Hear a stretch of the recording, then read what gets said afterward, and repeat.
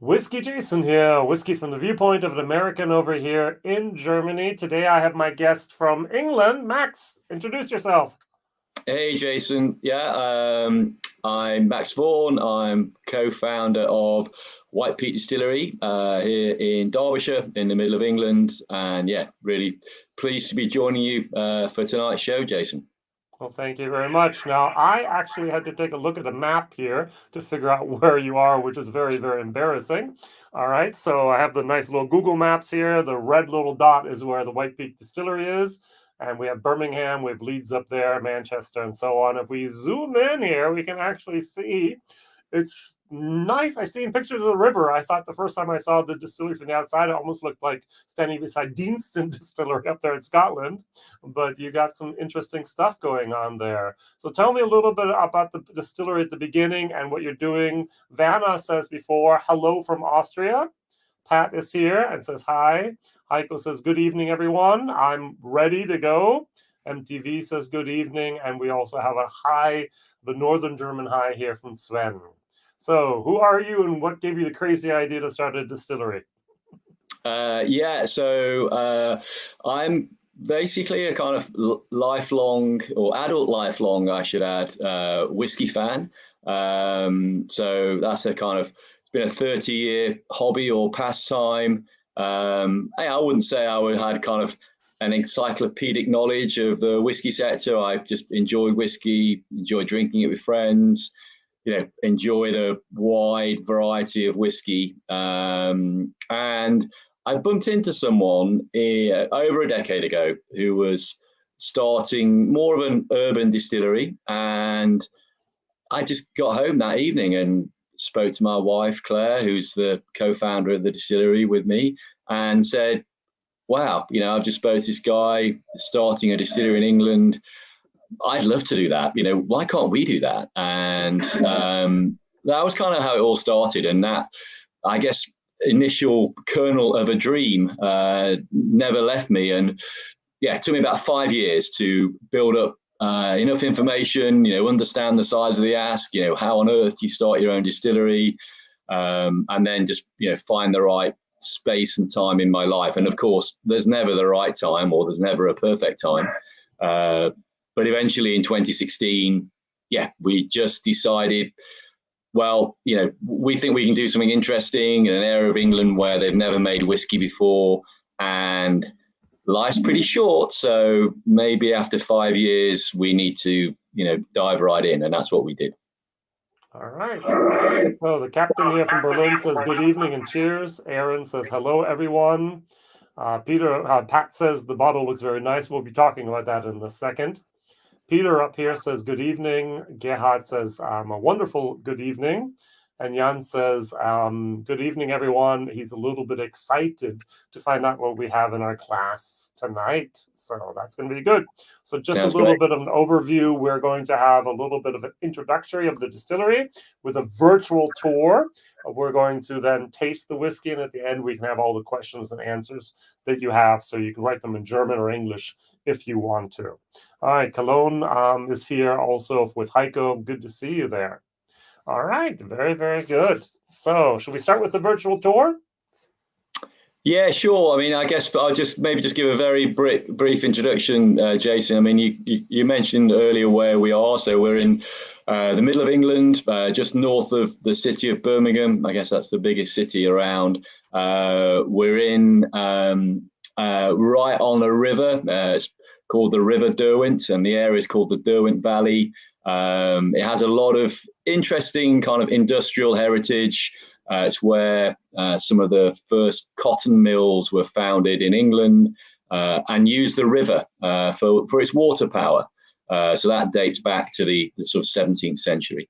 And we're at what used to be a former wireworks, started in the 1870s, hence the brand name for our whiskey.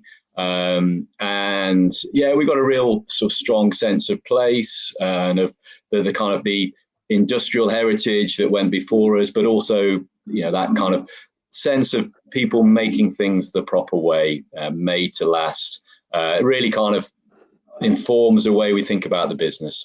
So we're in this old Wireworks, lovely building, lots of personality, great sort of story, and it's just a wonderful home. And for us, when we were setting up the distillery, we kind of had 2 or 3 criteria. One, selfishly, I'm from Derbyshire, I'm from this region. My wife and I, ideally wanted a kind of a commute that was maybe less than half an hour if we could find it. We wanted the distillery to be by a river. That was really a kind of a romantic view of, where the distillery is that we'd enjoyed visiting, and a kind of natural watercourse. And then thirdly, we wanted some old buildings that had some personality, had their own story, just would give an interesting place for people to visit, because it's very much a destination. So they're really kind of celebrating the craft of whiskey making. So that's our home in Derbyshire, in this area called the Derwent Valley, where this kind of industrial past meets the kind of beautiful countryside. So with that intro, I guess we can have a look inside via the kind of the virtual video that we've got. All right, so you're going to narrate every once in a while. You can stop the video and just give us all the information you would like. Yeah, so this is inside the building. I've mentioned it's well over 100 years old. We're just looking here at our dry goods area. This is where we mill or crush the grain, and mainly what we're making is single malt whiskey. Not all the time. I'll just pause at this point. So we've got our mill on the right hand side. That's a traditional 4-roller mill, and then directly in front you can see the malt. We use 2 varieties from maltsters in England. So we're not doing our own malting. We use English barley, and we get on the one hand the sort of larger 1-ton bags in the background. They have unpeated malt, and in the foreground, just on the left, you can see the 25 kilogram bags, and they have heavily peated malt. And our core expression, and this is what we make sort of 10 months of the year, is a lightly peated single malt. So we are combining those 2 different malts, 80% unpeated, broadly speaking, with 20% heavily peated. And that's going to help us produce our lightly peated single malt. In terms of process, we're using the traditional pot still batch process for making whiskey, and our batch uses nearly 0.7 tons of malt. It's actually a 0.6 ton mash tun, and we'll look at that shortly, but we've managed to kind of increase the size of the batch by about 10% because we had a bit of spare capacity within all our vessels. English malt, lightly peated by the time we've combined those 2, and then crushed and milled on site, which for us is important, having control over that grind size. So I'll just carry on. We're just going to swing around here very shortly, and we're going to stop by a refrigerator, actually, is the plan. So just here on the left-hand side, the mill's stopped now, which is great. So this is our yeast fridge. One of the things that we really focus on here at the distillery, and I'll pause at this point, is a flavour that can be generated during fermentation. And that's a function of a number of factors, but certainly important within those is the yeast that you use. And back in the day, so going back 5 years now, we started doing trials working with local breweries in this area called Derbyshire, where we're based, and basically getting samples of spent brewer's yeast and pitching that in our fermentations.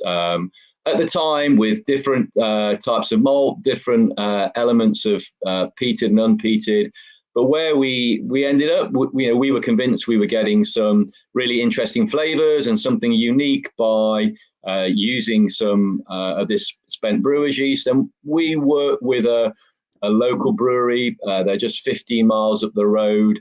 They're called Thornbridge. They're in that craft brewing world, but they're one of the bigger guys, certainly here in England. And they do an IPA. It's called Jaipur, and this is the yeast that's left over from the process of making Jaipur. So every week we go and collect some live spent brewer's yeast from this brewery, just 15 miles up the road. And we keep it in the fridge. And for certainly a week, 10 days, we can keep it nice and fresh. As it turns out, we get fresh yeast every single week. And this is what we're using in our fermentation. So that's the yeast bucket. And yeah, we keep it refrigerated for the week until we need it. Here in the main still house, we're going to go up onto the platform. It's about 2.5 meters off the ground. Obviously to give us access to the top of the larger vessels. And yeah, there'll be equipment up there, which I'm sure everyone's familiar with. So I'll just pause at this point. We'll come talk about it more detail, but dead ahead are our 2 pot stills. They're directly in line. From this angle, those were handmade in Scotland, just outside Edinburgh, to our design. So we're looking there at the wash still. It's a 3,000 litre wash still, and then behind that there's a 2,100 litre spirit still, which we'll come back to. And on the right hand side are our fermentation vessels. And actually, we've just had another 4 fitted in this last month, which gives us at least the ability to double production. We're going to spin around, just start with the process. This is our mash tun. It's a semi-lauter tun. I mentioned earlier it's got a 0.6 ton capacity in terms of dry malt, but we actually have a bit more space in there, so we're up to nearly 0.7 tons now. We do we use 3 waters. We have a 20-minute recirculation, so we're trying to make a relatively clear wort, hopefully to give us some of the fruit flavors that we're going to come on to taste in our whiskey. And we've messed around a bit with rate design. We won't go into that too much of that detail, but really just to try and make sure that we got to a point where we were really happy with the barley or the malt bed that we were forming here. And then these are the fermenters. These are insulated just to help with some a little bit of temperature control, and it's not dynamic, but it kind of helps with the rate of change. And these fill from the bottom up, so we're just in the process here of filling this fermenter. You can see that's some of the yeast floating on the surface there. So we pitch as the fermenters are filling, and then we do typically a 4 or 5 day fermentation depending on the season. So at the moment we're on 5 days, and we produce about 3,000 litres of wort from our mash. And so we add yeast, and 5 days later we end up with round about an 8% wash or an 8% beer. So this is the point at which we're creating our alcohol. And as I said before, the combination of that relatively long fermentation, certainly in whiskey making, along with the spent brewer's yeast, is helping us to create some what we believe are really interesting flavors at this point. And then we go through a traditional double distillation process on the 2 pot still. So here we are looking back from the opposite angle. So we'll just wander over to the wash still. Like I said, it's a notionally a 3,000 litre wash still. It's taking 3,300 litres these days.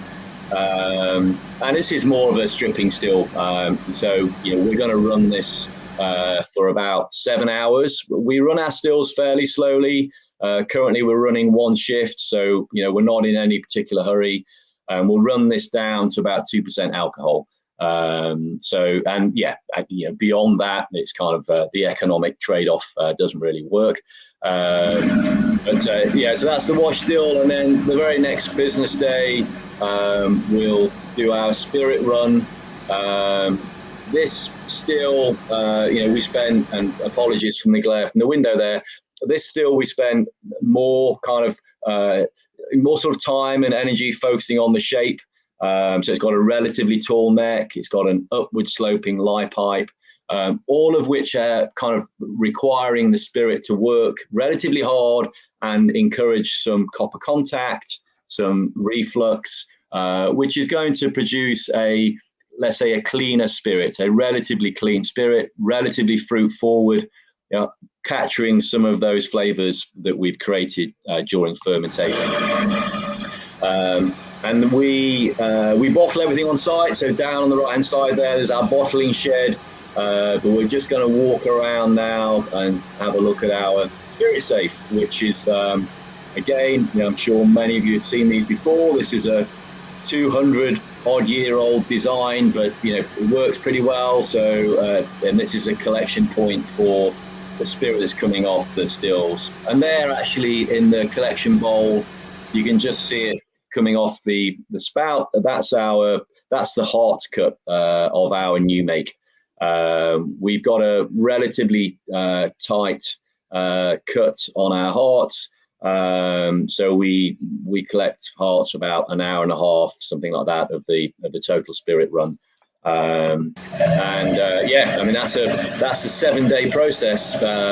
We're just underneath the platform here, and I guess just wanted to kind of really just very briefly show you that there's no real automation in our distillery. There's a lot of flow plates, a lot of valves. The distillers using stopwatches and hydrometers and thermometers. Very much a manual process. We really wanted to celebrate the craft of making whiskey, and also make it an interesting place to work. So this is just a kind of wander through the back office. Those fermenters we were staring down at are on our left hand side, and the mash tun is now dead ahead.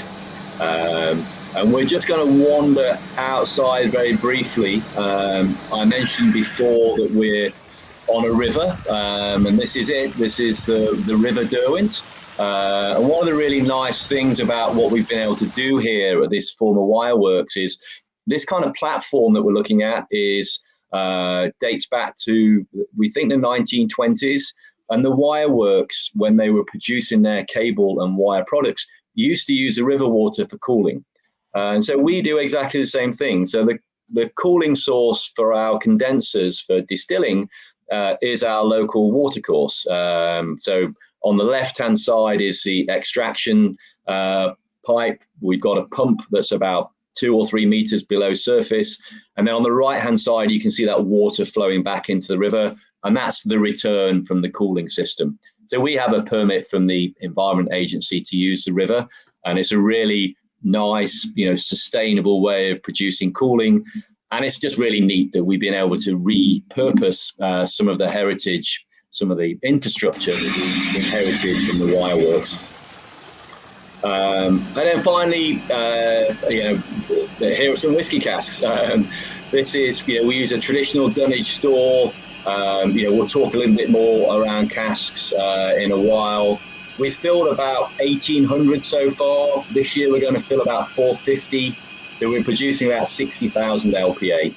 And then, we'll come more to talk about the bottle. This happens to be an image of our first release. But I think we're all done there, Jason, on the video. Excellent, thank you. I don't know of any other distilleries that use spent brewer's yeast. Do you? That's very unique, isn't it? Yeah, it's relatively unique. I think historically that was more the case. So in years gone by, it was not uncommon. And then, I guess a lot of dry yeasts that are typically now used by distilleries have been engineered in a lab to be very good at converting sugar into alcohol effectively. And they're also, dry yeast is much easier to store. So, if your distillery is, a long way from the supply chain, you can have it delivered, once every kind of 3 months, and it can be kept and utilized when you need it. The challenge with with spent brewer's yeast is you need to get it when it's fresh, and it doesn't stay fresh for much more than 10 days. So it's relatively uncommon. I'm aware of only a small handful of other distilleries, craft distilleries, that are doing this. Certainly larger scale, it becomes more challenging, but the scale we're operating at, it's not about mass production, it's about flavor. And for us, having this link between the whiskey heritage in our area, which only started with us back in 2016, and the brewing heritage, which goes back 300 years, is a nice part of the story, as well as a key focus for flavor. Excellent. So we have a couple more new people in. Bozio says hello. Tobias was here. Wow, another cool tour. Great. Now, Aaron did see a hybrid still in the background. That must be for the gins and for the vodkas, right? So we do make gin, and we continue to make that. Even now we've launched our whiskey. So the first whiskey bottling we did in February this year. But the gin has helped us locally, certainly with some cash flow. And it's also helped with the distillery tours, because until this year we've been running tours since 2018. Obviously, the pandemic put a bit of a halt to proceedings, but and on those tours, they're way more interesting when people have got some spirits to drink. So certainly making our own gin kind of helped with that in the early days. We also make our own rum, and we make that from scratch as well. So that hybrid still, actually, it's made by a company called Carl from Germany. Is a pot still with a side column. So for the gin, we just use still without the column. And then for the rum, we do a bit of both. So the whiskey stills are exclusively for our whiskey. Now they've been seasoned, but we have that additional still for those two other spirits. All right. Tobias was looking at the website and said, hey, you offer tours on Thursdays and Fridays at 11 and at 2 p.m. So I guess he's going to have to book a tour when he's there next year. Will you be expanding, or will it exactly stay on those 2 days next year? What are the plans? So we also do tours on a Saturday. Those are our most popular. So at the moment we do 3 tours on a Saturday. Again, on our website, those are 11 in the morning, 12:30 in the afternoon. And then we do what we've just introduced in the last few months, what we call our whiskey tour, which is 2 o'clock on a Saturday. And we also run those tours on the odd Friday. And the whiskey tour is a much deeper dive into whiskey making for those that are interested. So we just spend more time talking about things like malting, talking about fermentation. You get to taste the wort. And so for people that are, a bit more interested in their whiskey making, that's a really popular tour. In fact, I don't know definitively, but it's generally sold out kind of 6 weeks in advance. But we're putting another tour on. So if anyone is planning to come to the UK, we are starting a warehouse tour. End of January is the plan. And that will be then a weekly thing on a Saturday at 3 o'clock. And that will be based in our main cask storage area. You will be sat there with warm clothing, so it's not a heated space, but we'll be sampling some whiskey straight from the cask, and that will happen with the group kind of dynamically. So we'll be pulling it out the cask with a whiskey thief, and again, that's intended to hopefully just add a bit more interest for the whiskey enthusiast. Excellent. Now let's talk very briefly about this bottle, because this bottle is beautiful. I mean, you have the lines coming up here, and that little twistedness reminds me of wire. I think that was something you wanted to go for as well, and got the nice little tag here with a little information here. And we have number 3. This is small batch. So these are custom made bottles just for you, right? Yeah, that's right. So we kind of felt it was important. We believe we're making a premium single malt whiskey, and we wanted it to be presented in premium packaging. So we were lucky enough to find a really great glass manufacturer just 70 miles, so about 100 kilometers north of the distillery. And then we spent, well, almost 18 months in the end designing the bottle and the label. And really, we wanted it to try and tell the story to some extent of the Wireworks where we're based. You know, I mentioned before that we've got a really strong sense of place.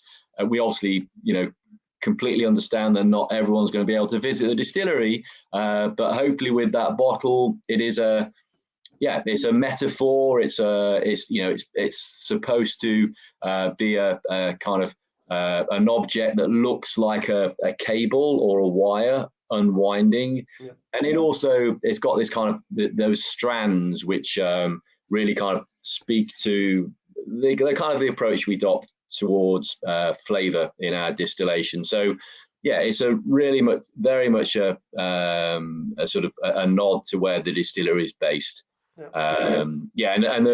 We've been delighted. It's been really well received. You know, obviously the most important thing is that the whiskey tastes good, but I think people have, you know, enjoyed pouring from that bottle and having that bottle at home. We won the Contemporary Design Award from the IWSC this year. So, you know, absolutely delighted with the way that's worked for us. So yeah, we think we're proud of that. I think it tells a little bit of our backstory and, you know, presents our whiskey, we think, in an interesting, in the right way. Well deserved. I think this is one of the most beautiful bottles I've seen in a very, very long time. Well done there. All right, so we're going to now come to the tasting part. We in Germany have at the moment one single bottle available. So we're working on getting more bottles over here.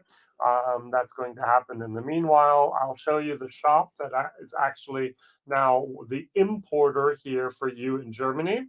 It is here Klaus Pickenels together with you, and we have the number 3 small batch. We have a single malt. It is English whiskey. Your name of the distillery is White Peak, but the name of the whiskey is Wireworks. And it's 72 euros over here. And we are talking about 46.2%, no coloring, no chill filtration, and 0.7 liters at the moment is what we have, just number 3. But if we take a look at your website, you have at the moment, I think you have, let me take a look here real quick with you. So if we go over to your place, your shop here, you have 5, which is sold out, 6, which is available, 7, which is sold out, and 8, which is still available. So there might be new bottles coming sometime soon to continental Europe, I hope, right? Yeah, I mean, that's the plan, Jason. You know, this is our... Germany is actually our first export market. You know, we're really pleased to be working with Klaus at Pinkenels. You know, he's shown a real interest in what we were doing. You know, he came over to see us pre-pandemic. You know, that was a long time before we technically had any whiskey. And so, yeah, it's early days, but we are, you know, we've got, you know, great hope for our whiskey in Germany, and certainly, you know, the plan would be certainly in 2023 to try and get most of our releases over there. So yeah, so this is the I guess one of our releases from this year, but it also, I think, it's a really good representation of our house style. I think that's, you know, one of the reasons why we were able to get some of this to Klaus. I think it does offer a good insight into generally the style of whiskey we're making. And so, yeah, hopefully a good starting point, but there will be more to come next year. Excellent, excellent. Now, this was a mixture of STR casks and ex-Bourbons. Now, almost every place that has STR, somehow Dr. Jim Swan was involved. Is that true for you as well? So No, Great. but But I'll caveat that slightly. So um, Dr. Jim Swan, actually, to me personally, was really helpful. So I mentioned at the start that it kind of took us 5 years to plan the business, and this is going to sound extraordinary, but one of the things that Jim helped me with was build a financial model, because I didn't really know what all the inputs were and all the how do you kind of characterize all the costs, and what does this economic business case look like. So Jim helped me with some of those things, and then just about the time when we were getting going with designing and engineering the distillery, he was certainly busy at that time helping a number of distilleries, and we had we had lots of reasons to carry on using Jim and working with Jim, but he was a busy guy. But also, I guess I had some concerns that Jim was providing lots of great advice to a number of distilleries, and I just wondered whether there may be a kind of risk that we end up producing the same whiskey as everybody else. So in the end, we didn't use Jim in any kind of formal way in terms of the engineering and the spirit style and the actual process. But he was really, really helpful to me personally in just trying to develop a plan, which ultimately I decided was a good plan, and we managed to find a few investors that felt the same. So Jim sadly died, not long after we commissioned the distillery, which is a sad day. He was very influential for a whole number of distilleries, and personally helped me a lot. So over here, Oliver says, "Greetings from Bielefeld, which is in Germany. The sample smells very interesting. Let's try the small batch number 3." Yeah, that sounds like a good idea. So, but Jason mentioned briefly, just in terms of casks. So we use 2 different types of casks here. So this is a vatting of 14 casks. Broadly speaking, about 75% are STR casks. So shaved, toasted, re-charred casks that were previously used for red wine maturation.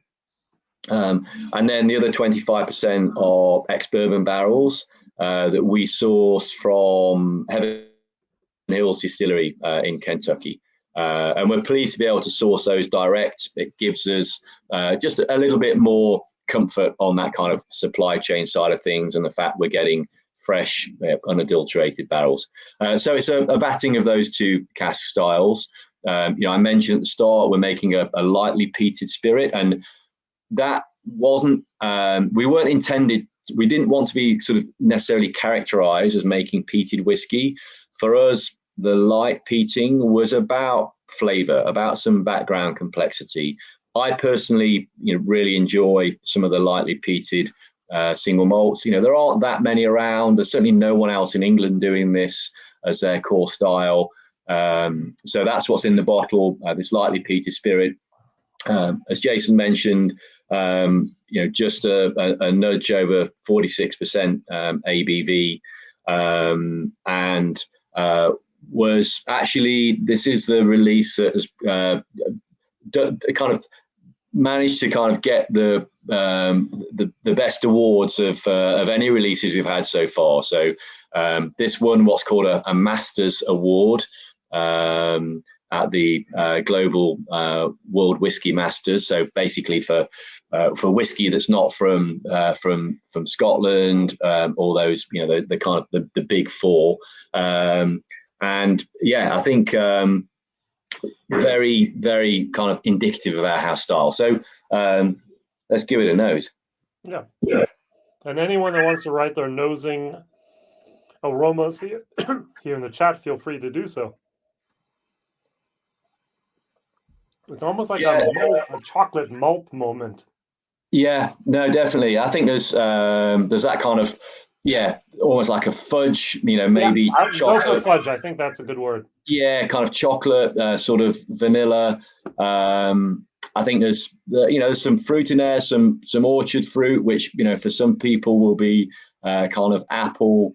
Yeah, also maybe some dried fruits in that kind of raisin and kind of sultana type category. Not a lot kind of giving away any of that light peat I was talking about. So it's not like that kind of Isla peat, which is instantly identifiable.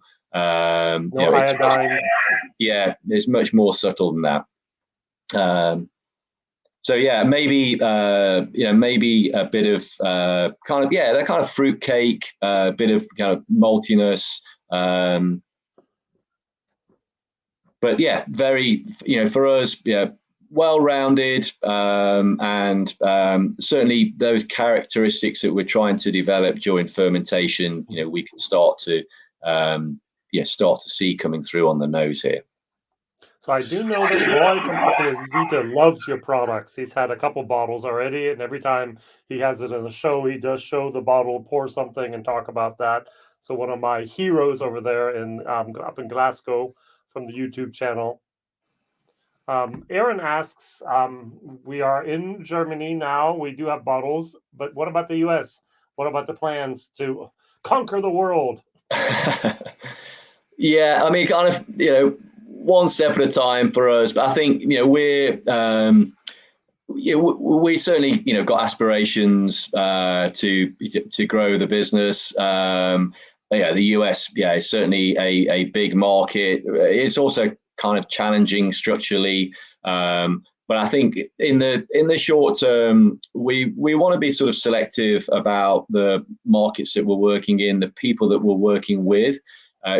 We feel very strongly that we want to have a business where we enjoy working with all the people that we're working with, and also to be able to provide the support. We're a pretty small team, and I guess as gratifying as it might be to ship pallets all around the world, we'd rather kind of be a little bit more selective.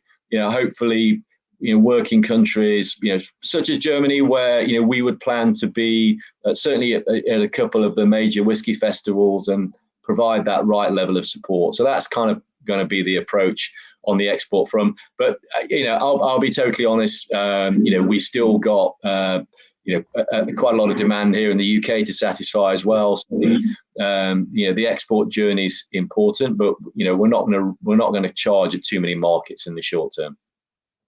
Very, very wise, especially if you're laying down only 500 barrels a year, basically, right? Yeah. I mean, it seems like a lot to us at the moment, but I guess in the scheme of things. I have distilleries in the States that are doing that in less than a week. Yeah. No, I can. Yeah, I can imagine. Different ball game. Exactly. And so we want to talk about world domination. You do need to have a little bit deeper stocks and maybe even not just one shift a day, maybe 2 or 3, who knows, right? Yeah, that'll be some sleepless nights. I know, I'm sorry. Growth pains. So yeah, maybe we should try a little bit. Let's get back to the whiskey. Let's talk about now, all right? Very good. So, Sudhanshu, all the best to you.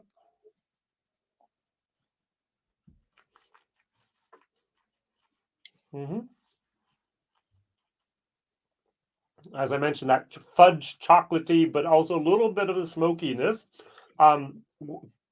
Is this peat from England, or where does the peat come from? Yeah, so the peat is actually from Scotland. I think the Highlands from someplace probably. Yeah. The reality is it needs to be kind of managed and I guess farmed in a sustainable and careful way, and certainly that's more possible in Scotland than it is in England. So I'm pretty sure anyone that's producing any whiskey with whatever the element of peat is here in England, ultimately the origin of that peat will be Scotland. But no, for sure. So certainly on the palate, you start to pick up just that light peating I mentioned before. It's more about background complexity. It certainly continues on the finish, but that's I guess a nice surprise that because it doesn't necessarily come out on the nose, but it provides some interesting complexity. There's a nice fruitiness, almost like a candied orange going on in there. That's very, very nice. Well, that's really interesting because I'd say the same thing, Jason. Definitely candied orange, kind of marmalade, and we didn't go into a lot of detail on those STR casks that we're using, but there's the STR cask is not a single generic cask. So we've actually got a family of STR casks. So we work with the cooperage in Porto, in Portugal, and a number of our STR casks, we've had the heads or the ends that were originally made from American oak. We've had them replaced in French oak. And so you can imagine the kind of surface area of the cask was, in the first instance, 100% American oak. By the time you swap the heads out to French oak, you're probably talking around 15% of the surface area. In all honesty, I've not done the maths. But that French I'm oak, sure John Glazer did the math back then with his spice tree at the very beginning, right? Yeah, no, absolutely. But that kind of French oak, it imparts some different flavors to American oak. Spiciness that I like. Very, very nice. Exactly right. And I think that kind of that zestiness, the orange, the kind of marmalade, we're kind of attributing some of that to the fermentation, but then the way it develops alongside the French oak, and I think it complements the peat well also. Yeah, I do too. So Jan, who has a sample here, says sweet, a little pepper, a little smoke and leather, grain, some red fruit. Can't exactly tell what it is. Almost candy-like. Pretty good. Very, very good. Thank you, Jan. Yeah, thanks, Jan. No, we'll take pretty good, and I kind of certainly recognize pretty much everything you've noted down there. Now this is number 3. At the moment you have number 8. Will you go up to 100 and start over again? What's your plan? Will there be a core range? So the plan is we will have a core range. I mean, it might take a while for the size of that core range to be a range, but we're kind of honing in on what we think will be a regular core bottling, and it won't be a long way away from this, in all honesty, in terms of a regular core. And then we've got this year we've done a whole range of interesting things, partly for us as almost like a part of our educational. It's a journey for us too. So understand, what does our spirit taste like in these different cask environments? What do people think of it? So we've done a variety of things this year, but we probably won't continue with 8, 9, 10, 11, 12 ad infinitum. I think it's been a good way to differentiate between what we've done this year. But isn't necessarily something that we've got plans to stick with forever and a day. I mean, certainly the bottle's the bottle, and the label design, we've got no plans to change any of that up. But we expect to have sort of 2 or 3 core bottlings. If it's not next year, we'll be sort of honing in on that pretty closely during next year. Excellent. Very, very good. So you do have some interesting casks there. You have virgin oak, you have rum, you've had some other interesting casks as well there. STR, bourbon, stout you've used as well. What are some of the more unusual things we might be able to expect the next 2 to 3 years? I think the stout that you mentioned is really interesting for us. There's other distilleries have done stout finish, so it's not necessarily novel, but what's really interesting for us is that the stout barrels that we use are from the same brewery from where we get the spent yeast. So they make a stout that's called Necessary Evil, Oh, yeah. It's a 13% imperial stout, but because of that kind of strength of character, it works really well as a stout finish for our whiskey. So yeah, we've done this stout finish. It was called a necessary evil finish because the stout was called necessary evil.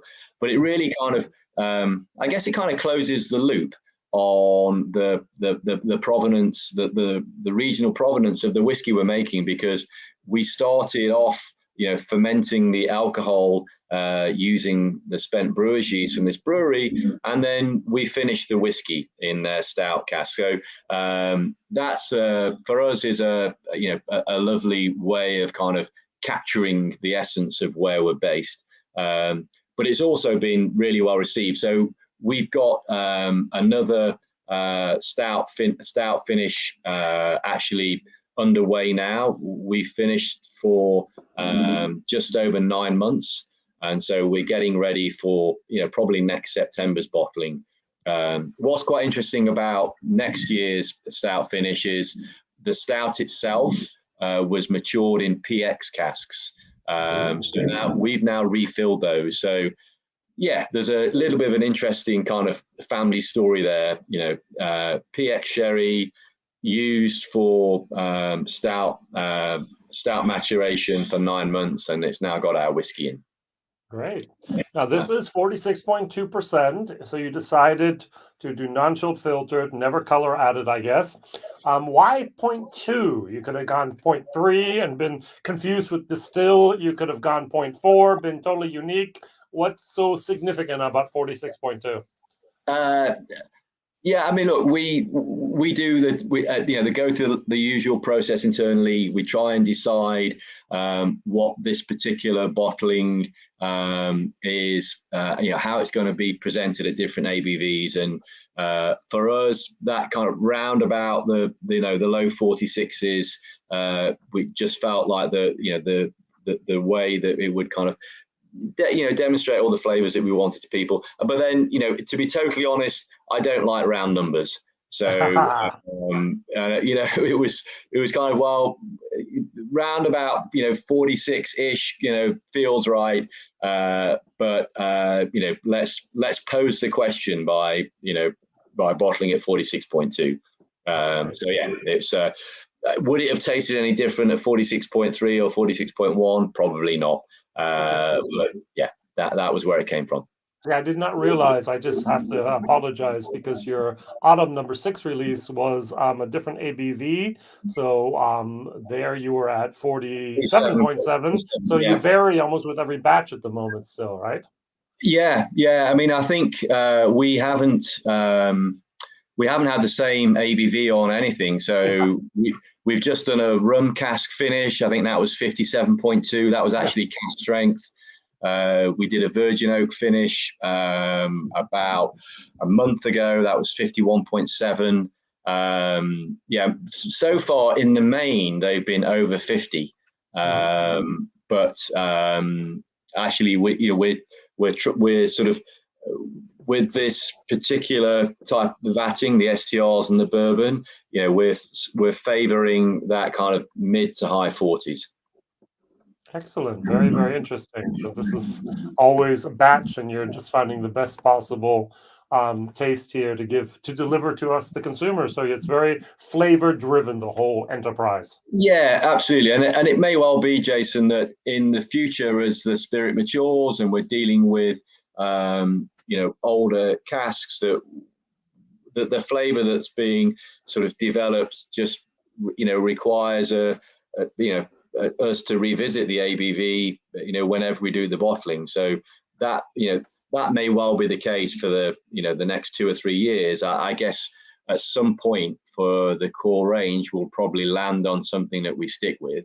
But yeah, it's more about, well, what do we think works best in terms of flavor for this particular batch? Like I said before, it's not mass production. We're a relatively small distillery, so we can take a real hard, close look at every single batch that we make. Yeah. And you probably know most of the casks all really by name, and you know what's in them. And when you do the bottling, it's still hand bottled, isn't it? You don't have a 20,000 bottles per hour bottling line. No, we don't. Not at the moment. It's still, yeah. Well, actually, we don't even have a labeling machine that work. This bottle and label Yeah, it is combination. a little unique. It starts here and goes all the way around once, which makes it a pain in the butt for a machine, I think, right? You're absolutely right. And so this year, in round terms, we will have bottled and labeled around about 20,000 bottles. Every single label's been applied by hand, so it's hand finished. Exactly. Wow. That's great. So people are watching now. If you have any questions, please ask them now. Um, so Tobias has the most annoying question always, except for your own whiskey. What is your most famous whiskey otherwise? Your favorite? The favorite, yeah. Yes. The first answer I'll give is I like a whole range of whiskies, and really kind of depends on the mood. So, for example, I'm not a massive fan of heavily peated whiskey, but I do like a heavily peated whiskey from time to time, but probably just one in an evening.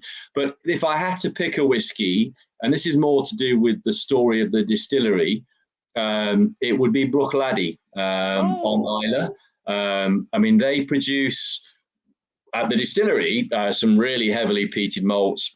Octomore, springs to mind.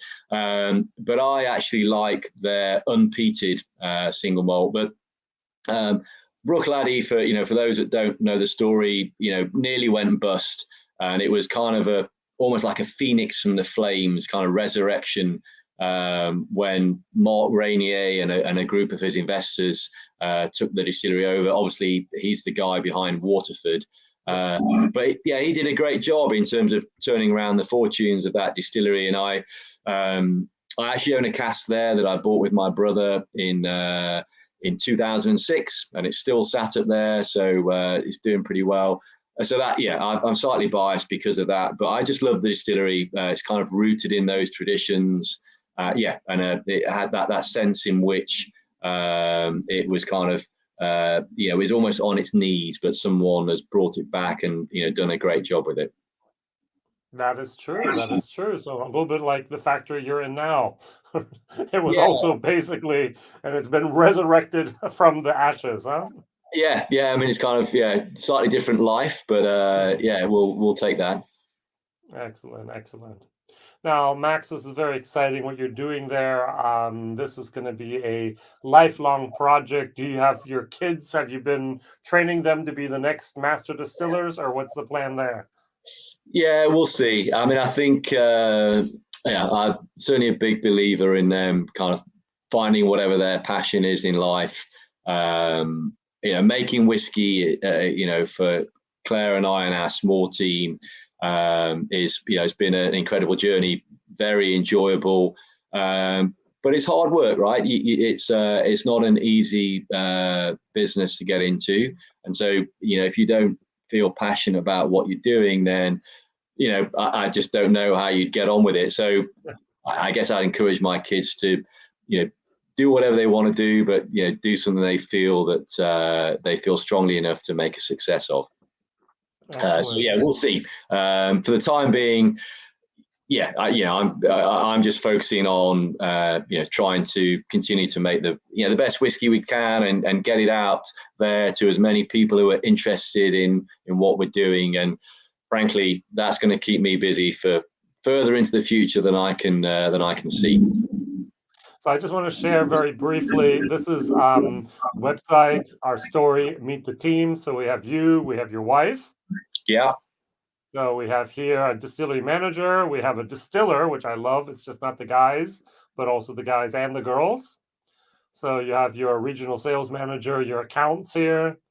You have here your whiskey ambassador, Tom. You have the marketing, and you have a couple other interesting people here working also behind the scenes here, right? Yeah. So there's 12 of us now, and yeah, it's a whole mixture of people. I guess it's common for a lot of distilleries. Once you get going, you realize that you need more people in other roles than people who make whiskey. But yeah, everyone's super excited. They've certainly, in the case of Dave, our distillery manager, he's been with us since we commissioned the distillery, so he's been around for every single drop of whiskey that we've ever laid down. And yeah, it's exciting times, and that's the kind of I guess the way the team feels about the future prospects. Well, Max, I wish you all the best for this distillery. I'll be following, watching, and maybe even trying some of your juice every once in a while. I thoroughly enjoyed this. There's a nice fruitiness to it that I really think the longer fermentation really helps here. It's just not the short fermentation, though you said 4 to 5 days of the fermenting here, and you're using a very special yeast. And I really, really do think that affects this whiskey in a very, very positive way. So thank you very much for your time. Thank you very much for the insights here into your distillery. And if anyone's close by, please visit the distillery. Please sign up for the newsletter as well, so you know what's going to happen. And if you're looking for anything in Germany, a couple different shops have it already. And the one place you can always go would be Pickernell's. And they definitely have what you're looking for, as they are the importer here of this brand for Germany. So Klaus, thank you very much for sending me the bottle and making this happen as well. And the last words are for you now, Max. Yeah, thanks, Jason. Well, look, thanks to everyone that's joined us live this evening or are going to be watching this subsequently. Yeah, it's been great to have an opportunity to talk about the distillery, the whiskey that we're making, just kind of share some of our passion, and yeah, we certainly look forward to hopefully seeing a few of those folk online, either at a festival soon in Germany, or maybe even over here in England. The doors to distillery, apart from Sundays at the moment, they're generally always open. So yeah, you'd be very welcome to come and see us. But Jason, just finally to thank you again for giving us the opportunity to to kind of share what we're doing. I really appreciate you investing some of your time in in helping us spread the word. So thank you. Thank you very much. All the best here. And Henrik, I missed out. Yes, you did. But you can watch a replay. And Tobias says, thanks, Max. Thanks, Tobias. All right. Bye-bye.